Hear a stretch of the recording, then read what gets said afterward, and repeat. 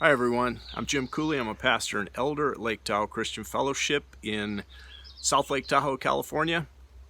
Today's mini message is from 2 Samuel chapter 19 verses 24 to 30.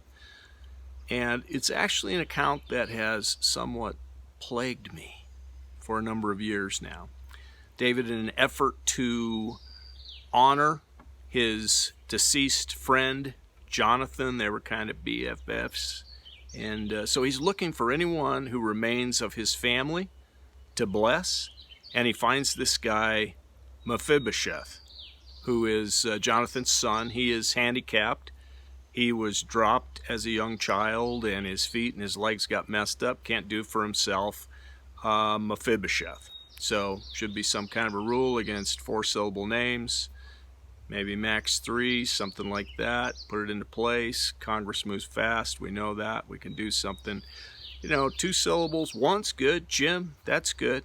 So Mephibosheth, Jonathan's son, he also happens to be the deceased King Saul's grandson. And we all know that King Saul was the sworn enemy of David. And so naturally, at their meeting, Mephibosheth thinks David means to do him harm.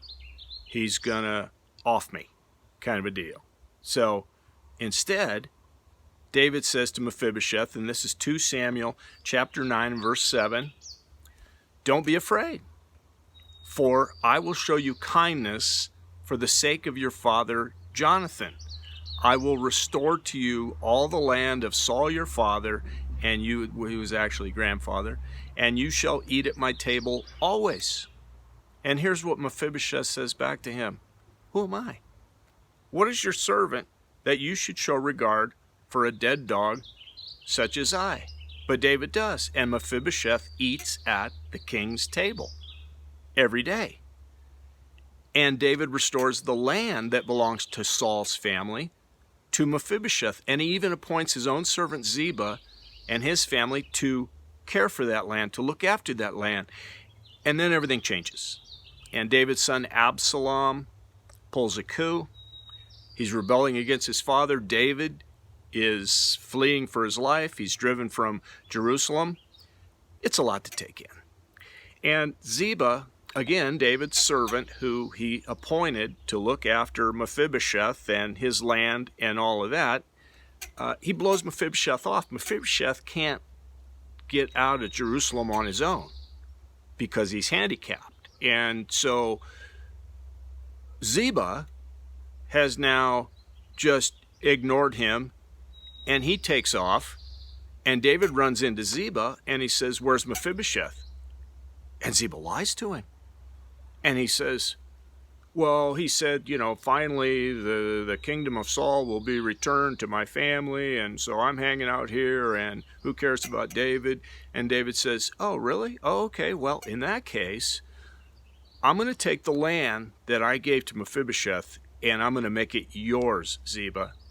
And then Absalom's rebellion is quashed, and David returns to Jerusalem, and Mephibosheth comes out to meet him, and he doesn't have the look of a conquering kind of a hero king kind of a guy. He is unwashed. He is got dirty clothes. He's unshaven. His hair's long. It says his feet were not cared for. That's maybe like the curling toenail thing. I don't know, but kind of creepy. And David challenges Mephibosheth. Mephibosheth. And he says, "Why didn't you come with me?" And Mephibosheth says, "Well, Ziba deceived me. And Ziba deceived you too." And David doesn't know what to do. He's in a quandary. Doesn't seem like a tough decision to me. But to David, this is a big deal. And so he says, "Okay, here's what I'm going to do. I'm going to divide the land that I took from you and gave to Ziba, the land I originally gave to you, that I took from you and I gave it to Ziba. Now I'm going to divide it between you and Ziba." And I say, "What?" I say, "What? Not fair. I mean, this is time to throw the laundry." That is so not fair. That's the part that plagues me. It's just not right. But what's Mephibosheth's response?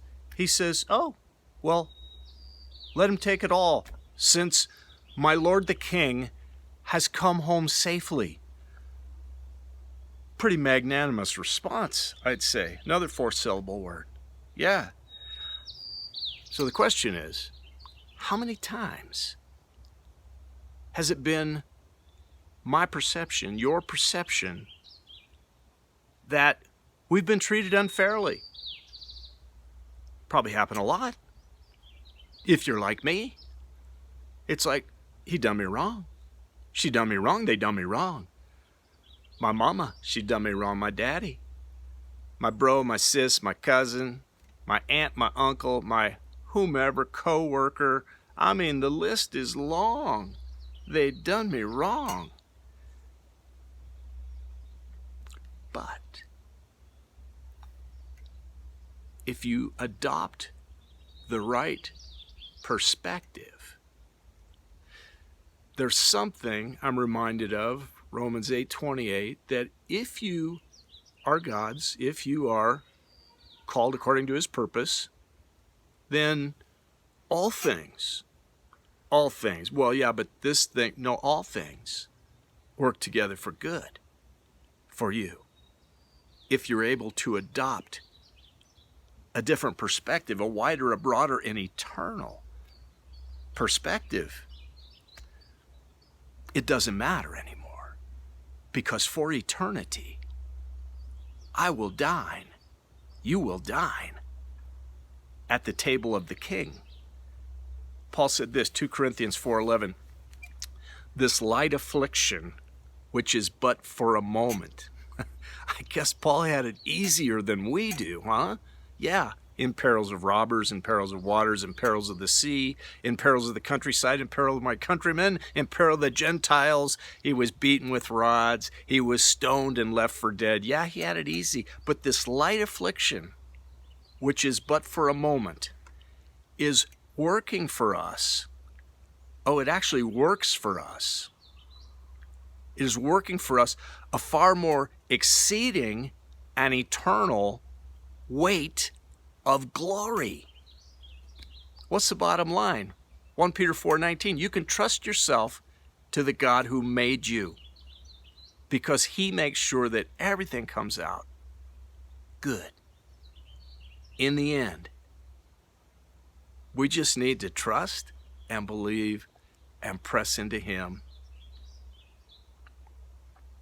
Hope you guys are having a great day. Lord bless you, and I hope you're well.